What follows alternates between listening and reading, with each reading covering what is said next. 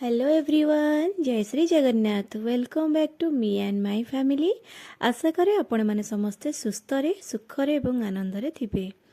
आसंतु आजिर recipe बनेबा। आज आमे लंच पई कोन बनौछु आपण मानक सहित शेयर करूछु।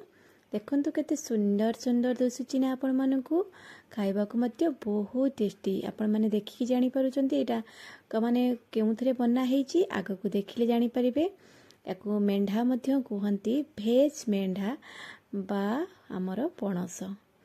एबे तो प्रचुर परिमाण रे पणस मार्केट रे आसुची।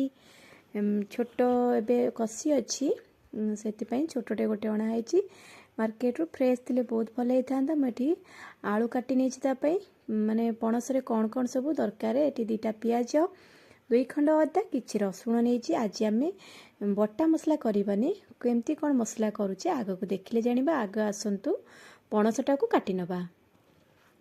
पणस काटिबा तो समस्त जानिचंती जेमती हाथ रे अठा लगे से मुझे तेल नहीं आग पनिक लगेदेली हाथ में लगेदेली।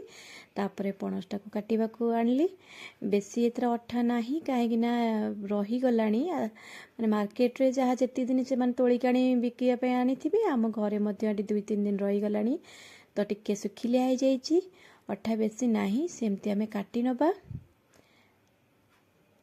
छोट छोट पीस करि पारंती मीडियम साइज आपण को इच्छा मुताबक आपण माने काटी परिबे। मु एमती काटी नउची भल भाबे काटी देखिकिना काटिबे। तेल लगी हाथ में हाथ टे खसी जबार संभावना थाए। मु एम सब चोपा गुड़ाक ताको सब काटिबी। आर मझीटा एमती काटी नेबा को कोन एटा बेसी गरिष्ठ बोली कुआ जाए हजम हुएनी सीझेनी मध्य सेथिपाई चोपा को आग काटी सारा पर ता मझी पाटा को मध्य आम एमती काढ़ी नबा। एमती सब काटिकी आम सब जाक छोट छोट खंड करिकी काटी नबा।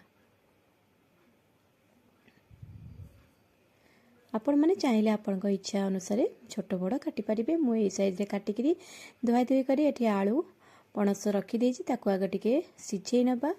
आपण मन तो समस्त जानिचंती टिके सिझेई देले नल बेसी सिझा खाए पणसटा बहुत समय लागे सिझिया पे। इतपे टिके सिझेई देले तार मध्ये गोटे कस पानी अछि जोटा कि डायरेक्ट जदी आमे कसी कासी करबा सेठी अलगा प्रकार टेस्ट लागे। सेति पई बहु सिझेई दियंती तो सेउठु आमे सिखिछु। तो तांकरी परिका एठी टिके तेल पके देली पानी रे। तेल पके देले अठा जहाँ थिबो बाकी अठा से आ कड़े रे लागिबनी। तापरे लूण हलदी आमे पकेकी सिझेइकरी काढ़ी नबा। पूरा पूरी सिझेइबाने संपूर्ण न सिझे अधा सिझिला परे ताकू आमे काढ़ी नबा। देखंतु हमर सिझी आसलानी ताकू काढ़ी रखी देबा। एबे आलू भाजी नबा। आलू को म सिझेइनी आलू को भाजी की नबा। जेहेतु गरम मसला तरकारी करबा आलू टिके भाजिले तार फ्लेवर बहुत बढ़िया लागे। सेति पई मोटे आलू को भल भाबे भाजी की नउची। एठी लूण हलदी किछि देइनी खाली सेमती आलूटा को भाजी नेबा। तापर पणस मध्य भाजी दबा। चाहिए लुण टिके पकई देबे आलू शीघ्र सिझी जीवो किंतु मु लुण देइनी सेमती भाजी नउची बहुत बढ़िया लागिवो। आमर आलू भजा मध्य रेडी हो गला। पणस तरकारी खाइबा को बहुत बढ़िया लगे। बहुत भेराइटर पणस आपण माने यूज करि परिबे। माने तरकारी बनै खाई परिबे। पिठो भजा खाई परिबे। आगो को आउ केबे पिठो भजा बनैले सेटा मध्य शेयर करिबी। बहुत परिमाण रे पिठो भजा आम घरे बहुत बो बनाती नानी भी बनाती बहुत बढ़िया लगे। पिला माने बेसी करी पिठो भजाटे को बेसी भल पाती।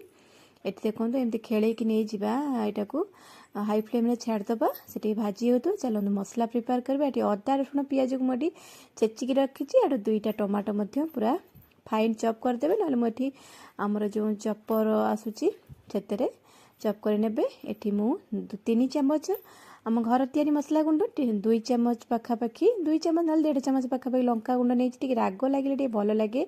जेमिति मटन तरकारी आपण माने बनाती सेमती मसला दे बनइबे जे बहुत बढ़िया लागिवो। आ हलदी गुंड देकी पानी देकी पतुरे देली मसलाटा को बो एमती करंती बहुत बढ़िया लगे।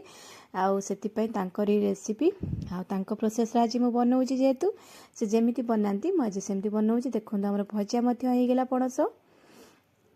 चाहिए डीप फ्राए करी छाणी पारिबे। मोटी छाणीनी खाली भाजी केमती काढ़ी नउची बहुत बढ़िया लगे। मेंढा बोली कहती माने मांस तरकारी परिका लगे बोली सेति पई कहती एटा भेज मेंढा। आउ खाइबा को बहुत बढ़िया लगे। आपण मैंने बनातु खातु। ए प्रचुर परिमाण में मार्केट रे आसुची आ खरा हो तो पाचिज एवं कषि अवस्था जिते पारे खाई पारे। कूल होगले पाकल टी हो जाए से समय भी बहुत बढ़िया लगे। कूल सब छड़ेदे पाचिबा जर पूर्व जोटा बिक्री आसे आपण मैंने जानी थे कूल छड़े डालमा कराए तरकारी कराए बहुत बढ़िया लगे। आम जेजे बनाती से माने पणसर कोल को मुग डाली पकईकिना एत बहुत बढ़िया लगे सुंदर लगे। एटी मु से तेल आगे तेल पकईदी तादे जीरा टिके गोटा गरम मसला तेजपत्र देके छुंक परिका देदेली। आमर तो सबुत जानी टे फुटण दरकार आउ गरम मसला तरकारी जेहेतु करुचे गोटा गरम मसला टे देदेली। अदा रसुण पियाजर छेचा आम ये दबा चाहिए बाटिकी नहीं पारे कि छेचा मसलार बास्ना गोटे बहुत अलग आसे टेस्ट मत बहुत बढ़िया लगे। भल भाव जरी गले तापर आम जो मसलाटा बतुरे रखीचे ताकू पकईदबा से मत तेल टिके फ्राए हो। आपण मैंने चाहिए गुंड मसला यूज करें बो एमती करती तो मुझे आज सेमती ही करी आपण मान सहित सेयार करी। आम बोर प्रकार आउर बहुत भेराइटी से करती सजना छुई पकाती बुट डाली पकाती। मुझे खाली पणस आलू करुच्ची आउ के बनइले पुणी सेयार करी आपण मान सहित। मो वीडियो को संपूर्ण देखंतु भल लगे लाइक करेंगे सब्सक्राइब करेंगे शेयर करेंगे किसी कमेंट देवे।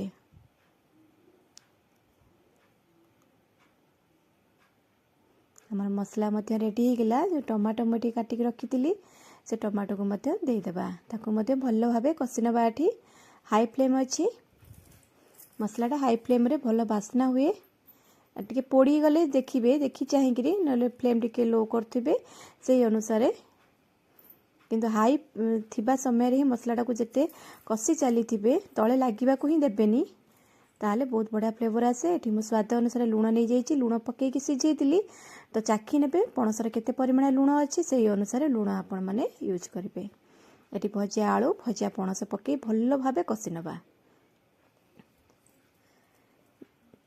जो मैंने मटन खाऊ बा नॉन भेज खाऊ से यहाँ भेज मटन कहले चले बहुत बढ़िया लगे। छोट थिला बेले बहुत छोट थिलु आमे हेतले हाट बसुला जे हाट को जाइतिले तो गोटे पणस आनी राति समय थिला संध्या 7टा 8टा पाखापाखि हम आसिकी कहले जे मोटे मेंढा आनी आज आम मेंढा काटिबा तरकारी करवा खाइबा। आमे कहलु मेंढा को काटिकी केमती खाइबा आ मेंढा गोटा मेंढा आनी को एसचंती एत बड़ मेंढाटा को खाइबा माने काटिकी खाइबा।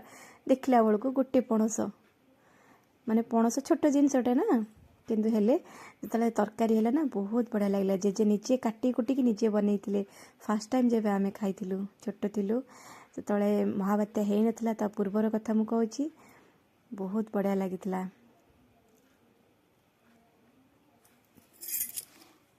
आमर ए कषा कषि होगला जी पानी दरकार बाकी सिझापी मसला मसली सिझापी घोड़े छाड़देबा 10-15 मिनट छाड़देबा। मझे मझे चेक करवा पणसटा सिझला कि नहीं। आलू भजा होता आलू भी सिझा बाकी थिला से चेक करनबा।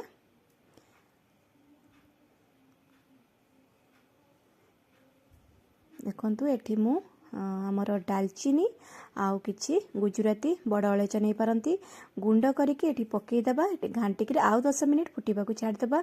ये जो फ्लेवरटा ना बहुत बढ़िया लगे गरम मसला तरकारी खास करी आपण मान को भल लगे कि नहीं मत जनइबे। आम घर तो समस्ते पसंद करती ए मसलाटी बा डालचीनी अलैच गुंडटा लास्ट को देवाई बापा को बहुत पसंद। बापा सब कहते जिते गरम मसला तरकारी कर नॉन वेज कर तो ये मसलाटा पकाओ बहुत बढ़िया लगे। आमर तरकारी रेडी होगला आम ए परसिबा खाइबा पुणी देखा नुआ वीडियो से पर्यंत जाए अपेक्षारे थांतु मु मध्य आपणक पई अपेक्षा रही। जय श्री जगन्नाथ नमस्कार।